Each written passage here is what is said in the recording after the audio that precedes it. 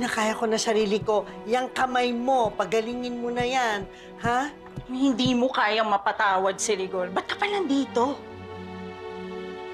Paimportante ka rin, ano? Uy! Hindi ako nagpapaimportante.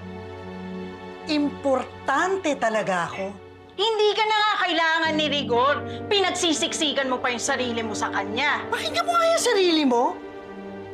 Sino ba nagsisiksik ng sarili niya sa bahay na to? Kung hindi naman dahil dyan sa dinadala mo, palagay mo, andito ka pa? Eh, nandito ako. Saka dito ko papanganak, saka papalakihin ang baby namin ni Rigor. Saka para lang alam mo, ha? Ito na ang bahay ko. Gaya nga ng sabi mo noon,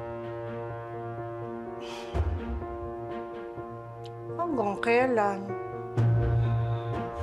Hindi ako aalis dito!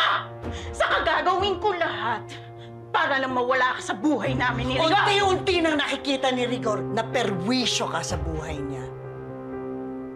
Oh, galingan mo.